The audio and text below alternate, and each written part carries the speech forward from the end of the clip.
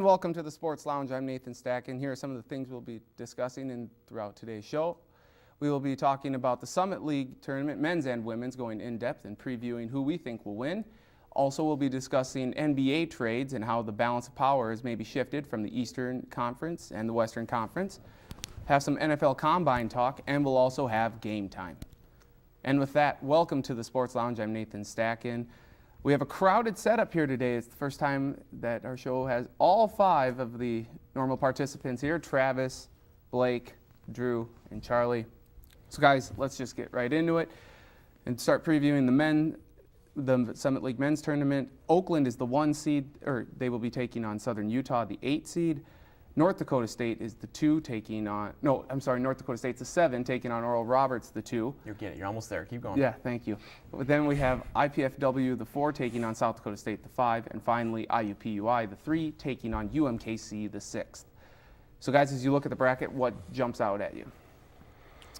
I would say off top, I am most intrigued by the Oral Roberts NDSU matchup, mostly because I think Oral Roberts is a pretty good team. And also NDSU, because they kind of have this bipolar nature about them where they play SDSU when they're world champions.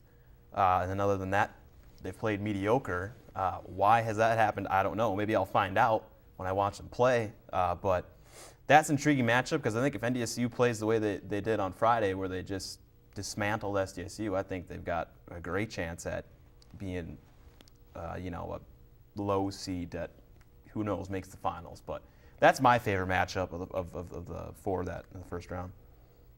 I'm going to go with the bias pick, and I think my favorite's IPFW and South Dakota State because I'm leaning towards the Jackrabbits winning. And well, they won twice against IPFW. They did, and I think they're going to get the 3rd one.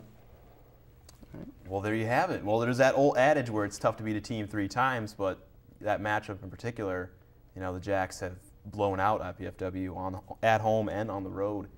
And it will be a definite pro-Jackrabbit crowd, obviously. It'll be a partisan crowd, absolutely. And the psyche of IPFW is kind of similar to SDSU's with NDSU. Dane Fife says this is a terrible matchup with SDSU. This is not a good matchup for us.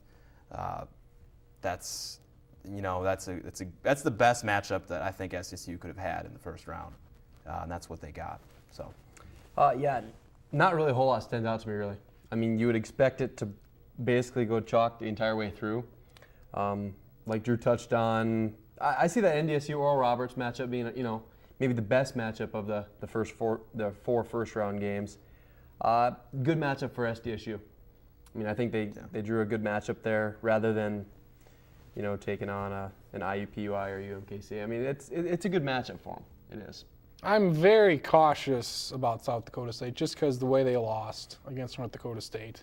And they've dominated IPFW unlike they've have any team in any conference year they've had since they went to the Summit League. But especially after last year's disappointment in the first round, a close loss to IPFW, I would think they would win by at least 10, 12 points. But I'm very cautious going into this game. So you're a little leery about it. Logic says they're gonna win big, but this team is Isn't underperformed. the dynamic of the Jackrabbits this year against IPFW far better than it was last year against IPFW? It is, yeah. Now, IPFW in particular lost Yerby. Probably their best player in Delvis Yerby, and he was kind of a matchup problem, I guess, for SDSU. But in this year, that's not necessarily the case. Now, as you itch your head there, IPFW has some really good players, guys like Ben Botts and Jeremy Mixon off the bench. They're a skilled team. But again, you talk about just the competitive edge that SDSU has had against them. For some reason, they seem to, fire on all cylinders against that team. Does that continue? I would say it likely does. I think they'll get by that first round. But, IPFW is well coached. And they've played well against teams other than SDSU this year, and maybe that's a different team that shows up. I think all the pressure's on SDSU to win this because IPFW's got nothing to hang their hat on. And that's maybe one of the deterrents of maybe having that that home court edge is we got to perform.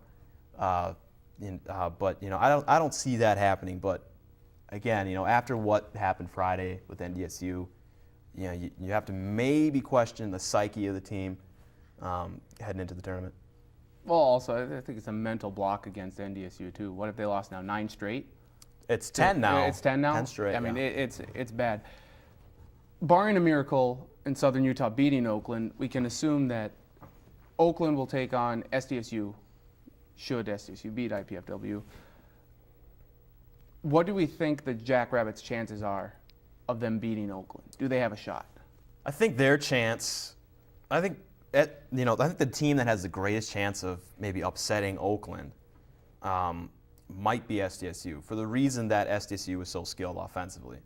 Now, Oakland statistically is actually a better offensive team than the Jacks are. Hard to believe, because Jacks are a top 15 team in scoring, top 5 in three-point shooting. Now they've played them twice close, which is something worth mentioning. Now, they didn't beat them like IUPUI did, but nobody has an answer for Keith Benson.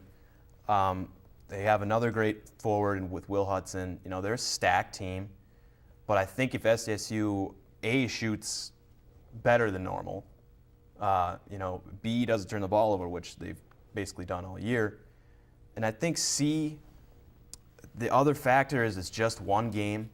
You only have to beat them once. This is one shot. You're at your home court. You're not expected to win. If you get them down early, anything can happen. And when you're that skilled offensively, when you have a player like Nate Walters who's really dangerous, and a shooter like Clint Sargent on down the line, I think they probably have as good a case to beat Oakland as any. You mentioned how they're both great offensive teams. But Oakland, they can give up points just as well as they can score. Yeah. They've given up 90-plus points their last couple games. How much does it help SDSU to slow things down, even though the Jacks like to run offensively? Yeah, and it's kind of a funny notion to have, this idea that, well, they need to slow the tempo down. Well, when you're so good offensively, shouldn't you be running and gunning? That's not necessarily the case, because Oakland thrives on that style. With the player with players like Reggie Hamilton, who stepped in and could be a first teamer this year. I think that's right. And again, they have Travis Bader too. So yeah. They're skilled all around. But I think I think if they establish a half-court game, more so than what happened in Rochester, where they're running and gunning, and what was that score? 105 to 96. 96. If you had the choice, do you just go up and down for a while, try that out for a bit, and then see what happens? Boy, then if you get up maybe a little bit of a lead, slow things down? Perhaps, yeah. How would Nagy approach that? I don't know. Would they maybe go in a zone defense? I'm not sure, but because they don't play a lot of zone, but it has worked once in a while. It has occasionally worked. That's right. It'll be interesting. I think you can strategize all you want, but they are the superior team athletically, talented-wise. It won't be easy. Oakland steamrolled through the conference play. Does anyone see them not winning the tournament? No. I think they win it. Well, you're talking about this run they've had the past two and a half years that's as dominating as any other team in any conference in conference play. You talk about a team who's won 45 conference games out of in a handful of losses. Very, very impressive. Now they're prohibitive favorite. They, by all accounts, should win this tournament. I say they will for second year in a row. Just too stacked. And, when you got that prospect with Benson, it's tough to top them. Blake, Charlie, you agree? The Giants are made to be toppled. At some point it's going to happen, but I don't think it's going to be this year. Blake? Yeah, it's about the same as any conference tournament, really. You would, for the most part, always expect the one seed to win. There's a reason they're seeded number one. They're the best team throughout the regular season. But, in this case, yeah, they're that much better than everybody else as well. Well, you talk about going as much as I'd like to see SDSU win, I will agree. I think Oakland. They won 15-1 in the conference. Second 17-1. 17-1 it was. Yeah, I'm sorry. Second year in a row. And the 2 seed Oral Roberts went what? 13-5. 13-5. So There's the a huge disparity difference. is right there on paper. All right. So we all predicting Oakland win. Now to the women's tournament go. And disclaimer, we tape before the women's play on Monday night. So we That's do not know the matchup. That's going to confuse viewers. Okay, we don't know the matchups at the time of the taping of the show. So let's just talk about the women's tournament in general. SDSU can range anywhere from a 2 to a 3 or 2 or 3 seed. Yeah. Oral Roberts, having lost one of their better players to a torn ACL, looks vulnerable now as to earlier in the season when they didn't. Does SDSU have a chance here, or is it just going to be Oral Roberts' tournament to lose? They absolutely have a chance. They've won 8 of 9 heading into this thing. And they're only two of their other losses were in overtime. Yeah, and when they've lost close games in overtime. Last-second shots.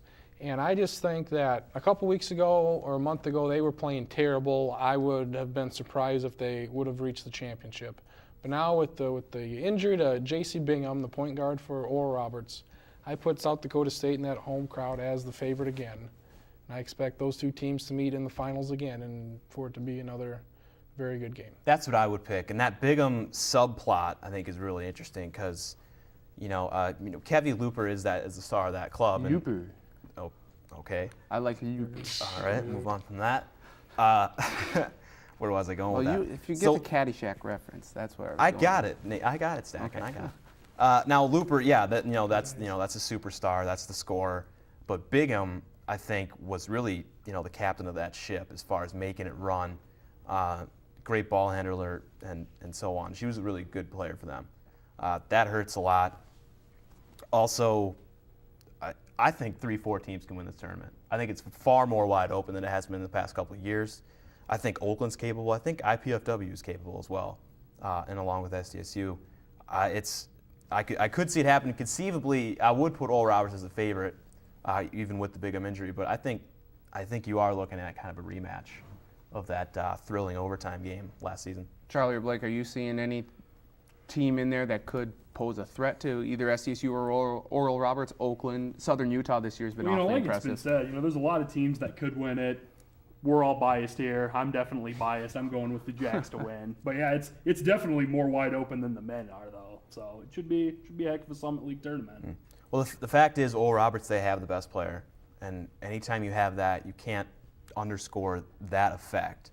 Are they the best team? Maybe not, but she's a superstar, and what is she? 3rd in the nation scoring, something like that. Something crazy. It's all I know. But AJ always has SDSU. He always has his teams playing well right when they need to be, and again, that was the case entering the tournament, winning 8 of 9. Yeah. So